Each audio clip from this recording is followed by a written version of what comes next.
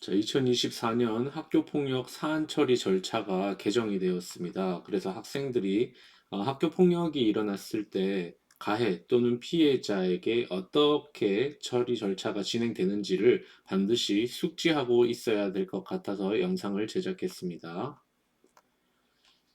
자, 기존에 우리가 학교에서 어떤 문제가 생겼을 때, 그 문제점을 우리가 자체적으로 사안을 조사했었는데요. 올해부터 학교폭력 제로센터라는 것이 생겼습니다. 그래서 사안을 조사하는, 즉 학교폭력 사안에 대해서 조사를 하는 것부터가 학교에서 하는 것이 아니라 조사관이 배정되어서 직접 조사를 하게 됩니다. 이게 무슨 말이냐면 원래 학교폭력이 일어나면 학교에 여러분들이 학교폭력 사실을 접수를 합니다. 또는 117을 통해서 신고 접수를 하겠죠. 그러면 학교에서는 할 수 있는 일이 접수 초기 대응이라고 해서 이러이러한 것이 접수되었다라고 대장에 기록을 남기고 피해 가해 학생의 상태를 확인한 후에 1차 확인서만 접수합니다. 이렇게 1차 확인서가 접수가 되고 나면 즉시 피해 학생과 가해 학생을 분리시킵니다. 그래서 가해 학생 같은 경우에는 다른 학급에서 수업을 들어야 하는데 우리 학교는 특성상 학반이 나누어지는 학반이 전공별로 다 다르기 때문에 가해 학생이 나타나는 경우에는 학생부에서 자율학습을 해야 됩니다. 그리고 우리 학교에서 1차 확인서를 접수한 후에 곧바로 이 내용을 학교폭력 제로센터라는 곳으로 보냅니다. 그러면 그곳에서 경찰관 출신의 조사관을 학교로 다시 보내줍니다. 그러면 이 조사관께서 학교폭력을 조사하는 전문 조사관, 경찰이나 학교 교장 선생님 출신들이 많다고 합니다. 그래서 그런 분들이 학교로 날짜를 잡아서 오면 학교에서 피해 학생과 학부모님을 직접 면담을 합니다. 그러니까 학교는 1차 확인서를 접수하고 난 뒤에는 따로 사안 조사부터 할 수 있는 것이 없다라는 것이죠. 그렇게 해서 전문 조사관이 2차 확인서를 접수하고 필요시에 목격자를 면담하는 등 이런 증거 자료를 다 들고 보고서를 작성합니다. 원래 이 지점까지 학교에서 했었는데 이제 학교 폭력 사건의 전문적인 처리를 위해서 이렇게 전문 조사관 제도가 운영된다고 합니다. 그래서 이분들이 학교로 학교 폭력 전담 기구를 할 것인지 말 것인지 열어야 될 것인지 말 것인지 등에 대한 어떤 기초 자료를 제공해 주면 다시 학교에서 전담기구 심의를 이렇게 해서 이것은 자체 해결할 수 있는 사안이다라고 하면 자체 해결을 하고 자체 해결을 할 수 없는 사안이다라고 판단이 되면 이제 교육청으로 넘기게 됩니다. 자, 그래서 사안 조사 여기 보시면 원래 이 사안 조사 파트를 학교에서 해서 뭐 가해자나 피해자 그리고 주변 학생 목격자 이런 것들을 조사했는데 이런 것을 일체 하지 않고 학교에서는 긴급 조치만 시키고 따로 분리만 시켜놓고 전문 조사관이 올 때까지 기다린다. 그리고 그 전문 조사관이 오는데 걸리는 시간 동안에 가해 학생은 학생부실에서 학교 수업을 대신해야 되기 때문에 학교 폭력을 처리하는 절차가 훨씬 더 길어진 측면이 있습니다. 그래서 전담기구 심의를 하고 학교장 자체 해결을 할 것인지 말 것인지를 판단해서 최종적으로 학교장 자체 해결로 끝을 내거나 아니면 학교폭력 사례회를 운영해서 심의위원회라는 것을 개최하게 됩니다. 자, 117 학교폭력 신고센터로부터 통보가 오게 됩니다. 여러분들이 학교 선생님에게, 뭐 학생부 선생님이나 담임 선생님에게 신고하는 경우도 있지만 곧바로 117 학교폭력센터에다가 신고를 하는 경우도 있습니다. 그러면 117 학교폭력 신고센터에서 선생님에게 이제 연락이 오게 됩니다. 그래서 우리가 사건을 알게 되면 우리 학교에서는 이렇게 이런 일이 있었구나 접수대장에 접수를 하고 교장 선생님과 담임 선생님에게 통보하도록 법적으로 되어 있습니다. 그리고 학생이 다른 학교일 경우에는 다른 학교에도 통보를 하게끔 되어 있고, 그리고 1차적으로 피해 학생과 가해 학생이 현재 상태가 어떤지를 확인한 후에 학생에게 학생 확인서, 학부모 확인서를 받습니다. 그리고 신고 접수된 사안 관련 학생 보호자에게도 이 사실을 통보합니다. 자, 가해자와 피해 학생의 분리는 가해자와 피해 학생 분리 의사 확인서라는 것이 있습니다. 이게 무슨 말이냐면 내가 학교 폭력의 피해를 당했더라도 가해를 당했더라도 굳이 이 친구하고 다른 교실을 쓰고 싶다거나 그런 의사가 없다라고 표시하는 경우에는 따로 분리를 시키지 않습니다. 그리고 가해 학생에게 제2호 조치를 실시합니다. 분리 및 제2호 조치 시행 사실을 관련 학생 및 보호자에게 법적으로 통보하게 되어 있고, 학교에서는 48시간 이내에 조사관을 요청하게 됩니다. 그러면 아까 말씀드렸던 조사관이 학교로 오게 됩니다. 그리고 학교는 관련 학생의 안전조치, 만약에 다쳤다라고 하면은 응급처치를 한다거나 119에 신고, 병원 이런 식으로 보내는 경우가 있고, 경우에 따라 가해자 학생을 격리시켜서 등교를 하지 않도록 하는 경우도 있습니다. 그리고 성범죄인 경우에는 아동 청소년의 성보호에 관한 법률에 따라서 곧바로 따로 처리하는 수사기관이 있습니다. 사안 처리 초기에 긴급한 필요가 있는 경우에는 피해 가해 학생 긴급조치 보고서라는 것을 통해서 우리가 긴급조치를 할 수도 있습니다.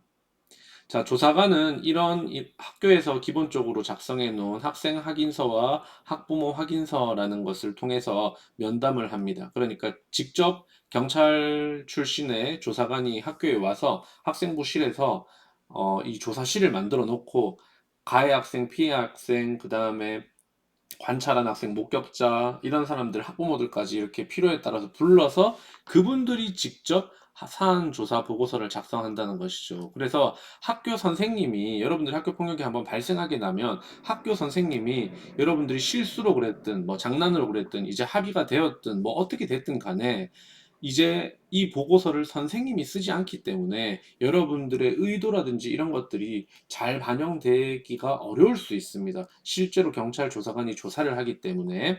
그래서 이런 점을 여러분들이 반드시 숙지를 해서 절대로 학교 폭력이 일어나지 않도록 해야 되겠습니다. 자, 그리고 학교장 자체 해결을 할 수 있는 조건이 있습니다. 학교장 자체 해결, 그러니까 심의위원회를 열지 않고 학교장 자체 해결을 할 수 있는 조건이 네 가지가 있습니다. 이 네 가지 중에 한 가지라도 해당하지 않으면, 한 가지라도 충족이 안 되는 부분이 있으면 무조건 열어야 됩니다. 첫 번째, 2주 이상의 신체적, 정신적 치료를 요하는 진단서를 발급하지 않은 경우, 거꾸로 말해서 어떤 학교폭력 피해자 학생이 2주 이상의 진단서를 받았다. 그러면 무조건 학교장 자체 해결을 할 수 있는 사안이 아닌 것이 됩니다. 재산상 피해가 없거나 즉각 복구되거나 또는 복구 약속이 있는 경우에는 학교장 자체 해결을 할 수 있지만, 복구 약속을 했는데 그것이 지켜지지 않을 경우에는 곧바로 심의위원회를 열도록 되어 있습니다. 학교 폭력이 지속적이지 않고 일회성에 그친 경우, 그리고 학교 폭력에 대한 진술 신고 자료 제공 등에 대한 보복 행위가 아닌 경우, 이 네 가지를 모두 충족시켜야만 학교장 자체 해결을 할 수가 있고, 이 네 가지 중 하나라도 충족이 안 되면 자체 해결을 할 수가 없게 됩니다. 그래서 자체 해결이 되게 된 경우에는 자체 해결을 통보하고, 그리고 교육지원청의 프로그램, 관계회복 프로그램 등을 통해서 여러분들의 관계회복을 지원합니다. 그런데 자체 해결이 불가한 사안이 됐을 경우에는 다시 학교폭력 제로센터로 이 사건이 넘어가서 이런 회의를 개최하게 되고, 또 조사도 더 추가적으로 하고 심의위원회 개최 요청, 이런 단계를 밟게 되어 있습니다. 자, 발생 조사 보고 진행 과정을 요약해 놓은 내용입니다. 우리가 사건을 접수하면 피해가의 학생을 분리하고 48시간 이내에 보고를 하면 조사관이 배정이 되어서 학교에 와서 조사를 하고 그 결과를 바탕으로 전담기구를 열 것인지 말 것인지 판단하게 된다. 이런 말씀이 되겠습니다. 가해자 학생과 피해자 학생의 분리 부분입니다. 분리 방법을 결정하는 것은 24시간 이내로 결정이 되어야 하며 전담기구 또는 소속교원 협의를 통해 학교장이 결정할 수 있습니다.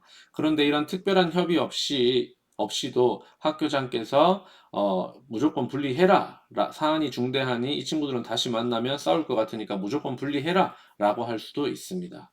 가해자를 분리하는 것은 최대 7일을 초과하지 않음이라고 되어 있습니다. 그러나 경우에 따라서 학교폭력 조사관이 배정이 늦어진다거나 또는 심의가 늦어지는 경우에는 이것을 더 추가할 수도 있다는 단서 항목이 뒤쪽에 나와 있습니다.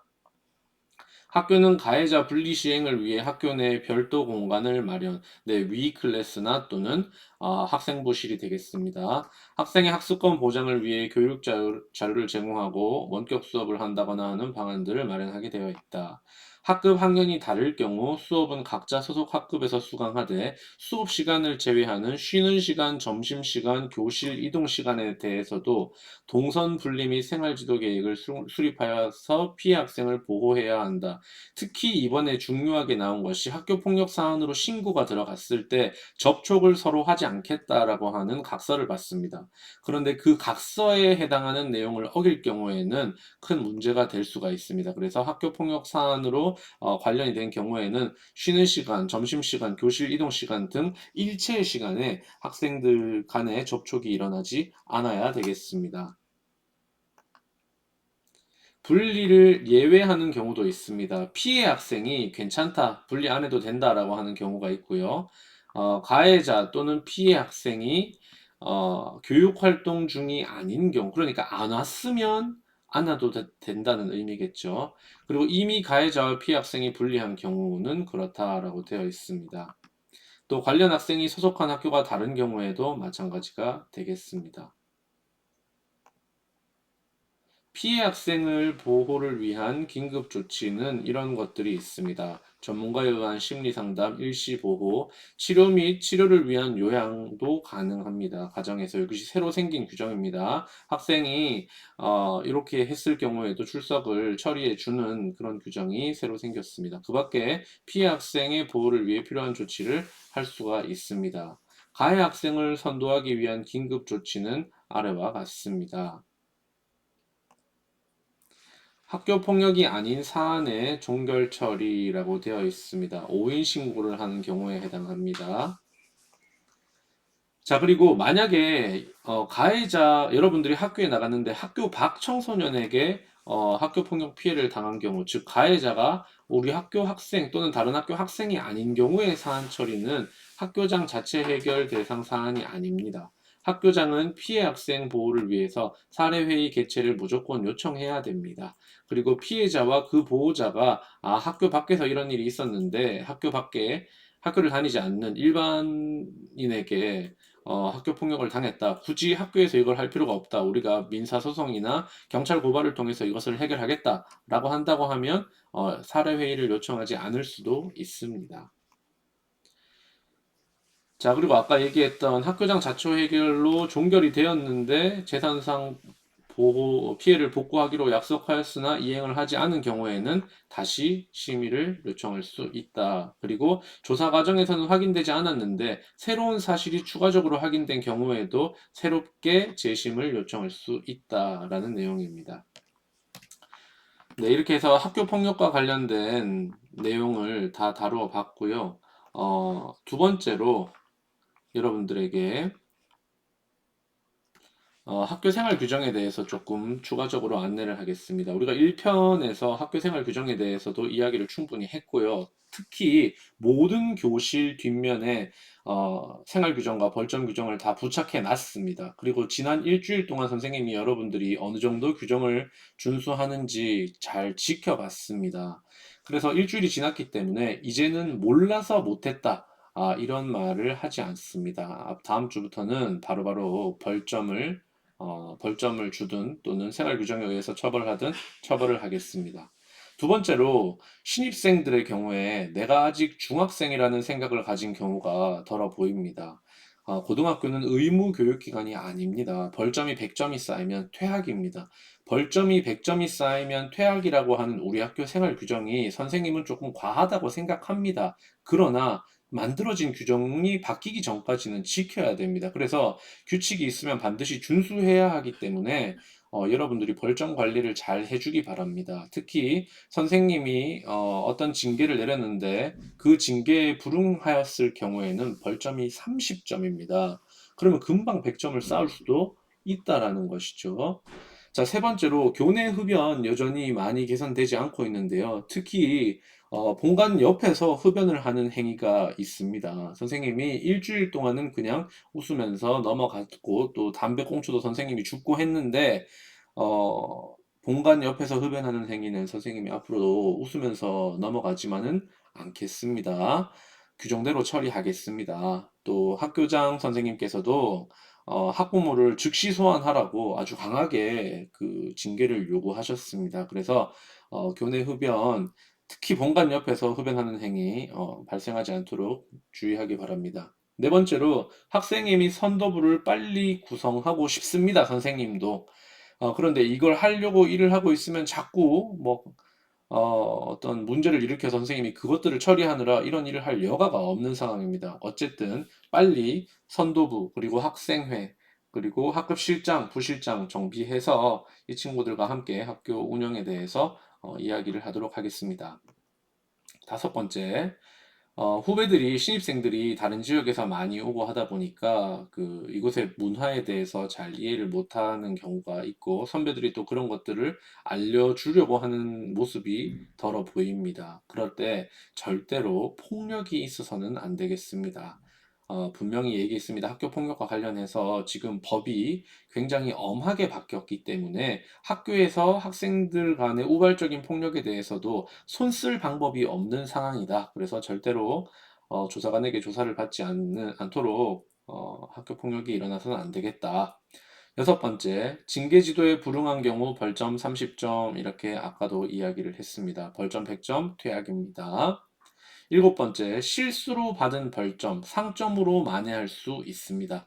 우리 학교에 곳곳에 여러분들이 숨어서 피운 담배라든지, 그 다음에 청소를 해야 할 곳, 이런 것들이 굉장히 많습니다. 그래서 선생님이 지금 너무 바빠서 여러분들 데리고 청소를 못 시키고 있는데, 벌점을 받은 학생들이 벌점을 차감하기 위해서 상점을 받기 위해서 선생님을 찾아오면 선생님이 함께 청소를 할 생각입니다. 특히 이 영상을 보고 난 직후에, 그러니까 이 금요일 6교시에도 선생님이 일부 학생들과 함께 청소를 할 예정입니다. 네, 그렇게 해서 다음 주부터는 본격적으로 우리가 학교 생활에서 생활 지도 규정을 준수할 수 있도록 선생님이 강하게 여러분들을 독려할 생각이란 점을 반드시 명심해 주기 바랍니다. 감사합니다.